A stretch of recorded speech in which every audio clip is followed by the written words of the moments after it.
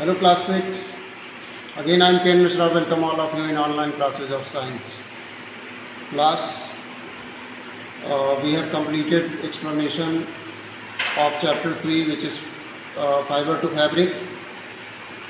After that, just before few minutes, I have sent you a PDF of book exercise of chapter number 3. Do that book exercise in your book. At evening, you will get very short answer and short answer type questions of chapter 3.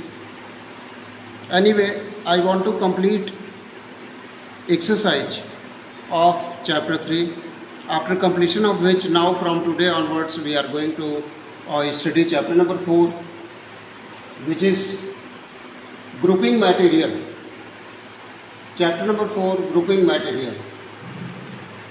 First of all, how grouping of material is essential, is necessary. As you know, students, that there are many materials present in our surrounding, like wood, like iron, like plastic, like polythene, like food grains, many things are present in our surrounding.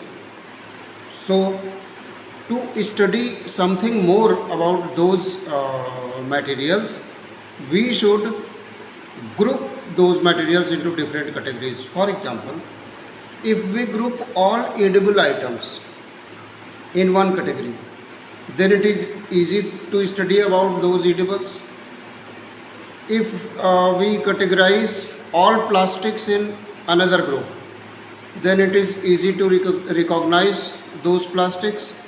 So grouping material for convenience purpose, for study purpose, for knowing purpose is very essential. Because of this reason, study of this chapter is very essential. Now come to material. First of all, it is written in your book material. Material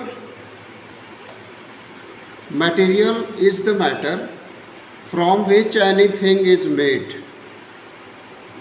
ठीक है, material is the matter from which anything is made. And matter, तब matter क्या है? Matter is whatever we are looking in our surrounding which is having volume and mass. जिसके पास मास है और volume है वो मैटर है, और मैटर से मिलकर के मटेरियल्स बनते हैं. ठीक है, ये बात आपकी बुक में लिखी हुई है. और क्लास, सबसे पहले तो आज का होमवर्क आपका ये है, आप वो चैप्टर 3 का एक्सरसाइज कंप्लीट करिएगा, और उसके बाद टॉप पे चैप्टर 4 रीडिंग डाल के, कॉपी में चैप्टर 4 रीडिंग डाल के ग्रुपिंग मटेरियल, कोटेशन, और कोटेशन लिख के इसकी वर्ड मीनिंग आप लिखेंगे. This is your homework for today. Write down the word meaning of chapter number 4. Clear? Now come to material around us. In our surrounding there are many types of materials, as I told you that many materials which are made up of wood, which are made up of China dish. जानते हैं China dish, China plate का नाम सुना है आपने? Bone China का बना हुआ. और many things are made up of metals. So there are many things in our surrounding. Your school building is made up of what? Soil, clay, cement, bricks. All these things are united together, and also iron also.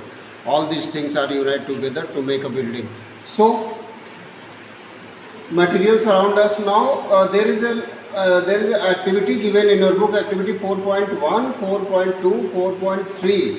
ये तीनों activity आप लोग पढ़ेंगे, और observation table जो 4.1, 4.2 दिया हुआ है उसको फिल करेंगे. देखते हैं ऑब्जर्वेशन टेबल है क्या. ये ऑब्जर्वेशन टेबल 4.1, 4.2 है, इसको बुक में फिल करना है. ये लिखा हुआ है name of the thing in a, पहले में लिखा हुआ है ये name of the thing in a room, material from which they are made up. एक रूम में क्या क्या चीज़ें हो सकती हैं और वो किन चीज़ों से बनी हैं. ठीक है, यहाँ पे सेम चीज़ शायद क्लास में होगा, किचन में, और यहाँ पे सेम चीज़ है आपके इन स्कूल। तो स्कूल में, किचन में और रूम में क्या क्या चीज़ें हो सकती हैं और वो किन चीज़ों की बनी हो सकती हैं, ये आपको फिल करना बहुत इजी है। और ये ऑब्जर्वेशन टेबल 4.2 सेम तरीके से इसको भी फिल करना है, इसको भी आप फिल करेंगे, ठीक है। This is activity 4.2। It is very easy to fill it. Now come to properties of material. A material should have different type of properties. What are those properties?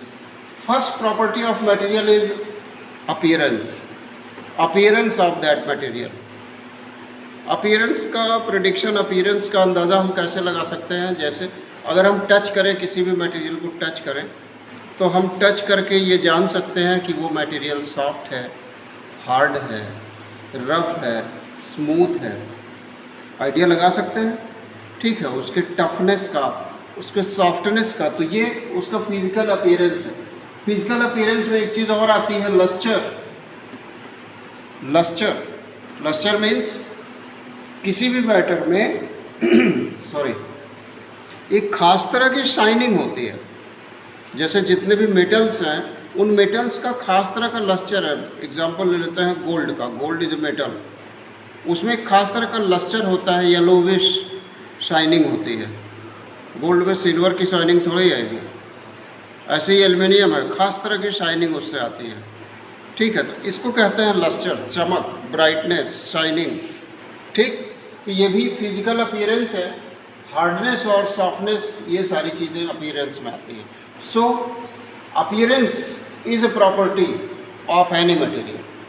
Second thing, solubility in water. Water is known as universal solvent. कोई भी चीज़ water में डाल दी जाए तो समय चाहिए, वो dissolve तो हो ही जाएगा। पत्थर भी, स्टोन भी वाटर में डिजॉल्व हो जाएगा, 2-4 साल का समय देना पड़ेगा उसके लिए। तो water is, because of this reason water is known as universal solvent. सब कुछ को अपने भीतर ये डिजॉल्व कर लेने की कैपेबिलिटी रखता है। कौन? वाटर, ठीक है। तो हर मटेरियल वाटर में डिजॉल्व होता है, लेकिन कितने टाइम में डिजॉल्व होता है ये उस मैटर की प्रॉपर्टी पर डिपेंड करता है। So solubility in water is also very important. अच्छा, सॉलिड चीज़ें भी वाटर में डिजॉल्व हो जाती हैं, और लिक्विड तो डिजॉल्व हो ही जाता है। सॉलिड चीज़ें भी डिजॉल्व हो जाती हैं। लिक्विड में जैसे मान लेते हैं कि हम कोई केमिकल ऐड कर रहे हैं वाटर में, तो वो केमिकल वाटर में डिजॉल्व हो जाएगा। अगर बीकर में हम वाटर लें और उसमें इंक डालें 2 ड्रॉप, तो इंक भी लिक्विड है और वाटर भी लिक्विड है, लेकिन इंक बहुत तेज स्प्रेड होगी उस वाटर में। तो ये उस इंक की प्रॉपर्टी है, इंक की प्रॉपर्टी है। इंक एक मटेरियल है, ठीक। तो ये दूसरा प्रॉपर्टी है solubility in water. Third property is transparency of material. Transparency, any material may be of out of these 3 types. Number 1, it may be opaque. Any material may be opaque. It may be transparent or it may be translucent. शायद आप लोगों को तीनों में difference पता होगा। Translucent, OPEC और transparent यहाँ लिखा हुआ है। ट्रांसपेरेंट का मतलब होता है जिसके थ्रू हो करके हम दूसरी तरफ देख सकें, ठीक है। ट्रांसपेरेंट, ट्रांसल्यूसेंट पूरा ना देख सकें, थोड़ा देख सकें। ओपेक दूसरी तरफ बिल्कुल ना देख सकें। फॉर एग्जांपल ये बोर्ड जो है ओपेक है, इसके दूसरी तरफ हमको नहीं दिख रहा, ठीक। लेकिन जो ग्लासेस होते हैं, स्पेक्टिकल्स होते हैं, चश्मे, दूसरी तरफ हमको दिखाई देता है, तो वो ट्रांसपेरेंट है, ठीक है। तो ये भी एक क्वालिटी है। Transparency is a property of materials. And after transparency, conduction of heat. Students, we will study about conduction of heat in next online class. Do your homework in time and share on my personal number for copy checking. Stay home, be safe. Thank you, class 6.